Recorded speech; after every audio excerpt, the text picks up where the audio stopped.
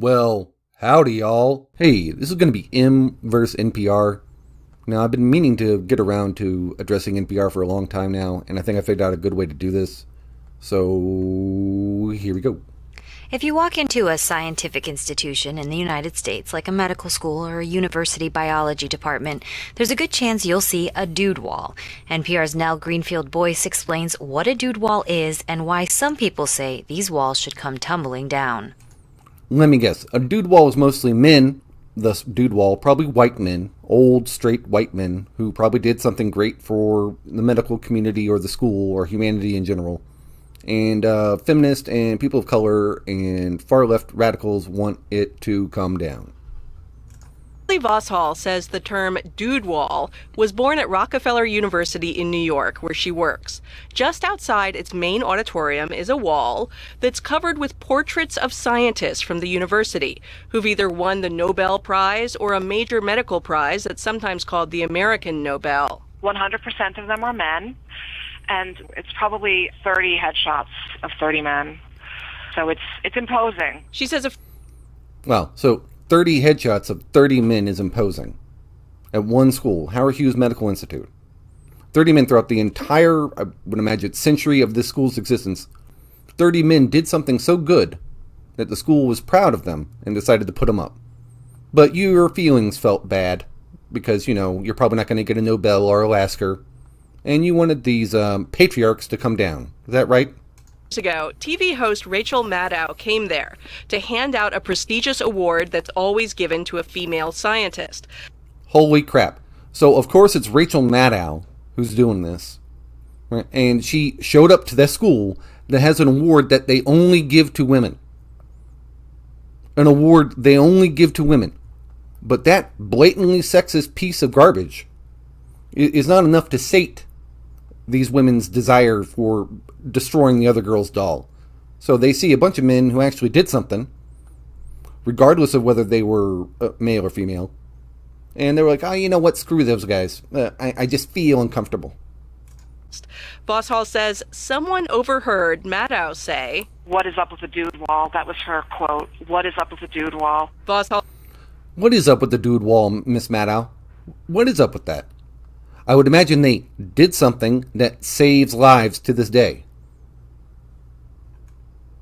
Says the word dude wall crystallized something that had been bothering her for years. It just sends the message every day when you walk by it that science consists of old white men. She's now... No, it doesn't consist of old white men. But a lot of old white men contributed to science. Now, I don't want to go into that too much. Maybe that's because old white men give a crap about those around them. But, saving lives, who gives a crap? Science, who gives a crap? Human knowledge, who gives a crap? All that matters is skin tone and what kind of genitals you have. Am I right? It's redesigning this display to add more diversity. And this isn't the only science institution having a discussion about its dude wall. At Yale School of Medicine, one main building's hallways have 55 portraits. There's 3 white women and 52 white men. Oh, holy crap. How progressive of Yale. How progressive of Yale to have 3 women. Don't you know that you're not supposed to have any women, Yale? Don't you know that it's supposed to be just white men? How dare you? So now I bet you the people of color are going to chime in on this one. So, you got the women up there, but they're white. So we're going to have to address that too now, huh? Aren't we? A definite impact on people like Max Jordan Gumini Tiako. He's a black medical student who grew up reading Harry Potter books. A black medical student. Now, I constantly hear about there not being enough African-American doctors or black doctors in the black community or whatever. So here's one who is most probably from a foreign country. But he grew up reading Harry Potter novels, which are also from a non-American country. But he's going to Yale or whatever, and he's a medical student. Are things not good enough for him too? Let's see. Which feature painted portraits that can talk. Like if this was Harry Potter, or like Harry Potter, if they could speak, like what would they even say to me, right? Like everywhere you study, there's like a big portrait somewhere of like someone kind of staring you down. Yeah, that's called an academic institution. That's called an educational institution. That's called an institution of higher learning. They're staring down on you to hold you accountable to the institution standards. And I know that the joke is, what would they say to you if they could speak to you like the Harry Potter? I know that joke. I'm not going to say that joke. I'm not going to do it. Niantara Anderson recently teamed up with a couple colleagues to study the effect of this art. The results were just published in a medical journal. Students felt like these... They say in a medical journal, but it's the Journal of General Internal Medicine. Journal of General Internal Medicine. What the hell is this qualitative feeling study doing in there? Anna Reisman. You got published in the Journal of General Internal Medicine. How are photos on the wall have anything to do with internal medicine? But whatever, yeah. Okay. Not just ancient historic things that had nothing to do with their contemporary experience, that they actually felt that the portraits reinforced contemporary issues of exclusion, of racial discrimination, of othering. Of othering? Well, it's a historic item. It's a portrait displaying ancient historical things, ancient historical discoveries. No, not really that ancient. And it has nothing to do with contemporary. Paintings, by their very nature, are about the past, about something the artist drew in the past, about a subject from the past. All right, whatever. Folks at Yale are pondering what to do about all these historic portraits. One option is to move them someplace else. That was the approach taken at the Department of Molecular and Integrative Physiology at the University of Michigan. Ali Kara is a PhD student there. She says in the department's seminar room, we had featured portraits of our past department chairs, which happened to be all male. And why do you think that is, Ali? Why do you think that is, Dr. Carrara? Why do you think that is? That in the past it was mostly men who were your department chairs? Do you think that maybe it's because they were the most qualified? No, a patriarchy. Patriarchy!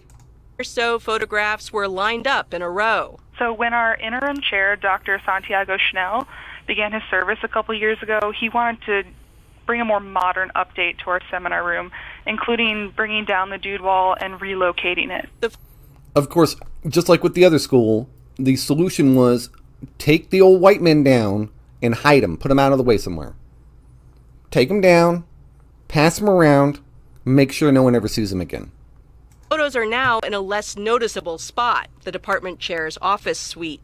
The seminar room will soon be decorated with artwork depicting key discoveries made by the department. We really want to emphasize that we're not trying to erase our history. We're proud of the people that have brought us to where we are today. So instead of putting the men up that made the discoveries, what they're going to do is commission artwork depicting the discoveries they made and then taking credit for them without giving any credit to the people who discovered them. The school's just going to go, University of Michigan's just going to go, hey, look at all this cool crap we invented, all this cool crap we did. Well, who actually did that? Oh, don't worry about that. Don't worry about the actual person who did it. Corporations are people. University of Michigan's a person. University of Michigan did all this for humanity. You're welcome. Thank you very much. Today as a department. She wants to emphasize this because these changes are sensitive. At Brigham and Women's Hospital in Boston, one of Harvard's teaching hospitals, there's an auditorium. For decades, its walls were covered with 31 paintings of men. Oh my God. For decades. 31 portraits of men. I raping the students. I molesting them. I harassing them. Staring them down. Staring at their cleavage. Oh my God. Get them out. Free Flyer of Harvard Medical School says he walked in there one day. And I was taken aback because instead of this room filled with portraits of historically important figures from the Brigham, the walls were empty. The portraits were relocated to different places around the hospital. Flyer says he gets why there needed to be a change. Still, he prefers the approach taken in another Harvard meeting room. It had long been decorated with paintings of former deans. All of those individuals were white males. I am among them now, hanging up there as the most recent former dean of Harvard Medical School. He says right there with his portrait are photographs of female and African American physician scientists. Oh my God. So they actually put up pictures. They weren't portraits. They were like, we're not going to pay somebody thousands of dollars to paint you, but we'll put up a picture. Yeah. What more do you want from these people? What more do you want from Harvard? You got into it. You probably got into it unfairly relative to Asian students. What more do you want? His predecessor added them to the walls. Flyer says thoughtfully adding new portraits is the way to go. You don't want to take away the history of which you are justifiably proud. Still, some argue that the old portraits themselves erased history, glorifying white men while ignoring the contributions made by women and minorities. One rare exception is Vivian Thomas. So they're going to make a statement without supporting it at all with any facts. Then they're immediately going to contradict the statement they just made and say it's the exception, which is not true, because I saw a movie about this guy and I remember it. And it actually gives people hope that they don't need to go to an institution of higher learning to contribute not only to the private sector, but to the public sector and humanity. But yeah, whatever.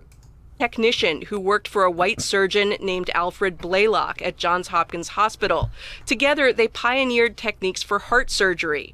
Thomas only had a high school degree, but a group of top surgeons commissioned his portrait and formally presented it to the hospital in 1971.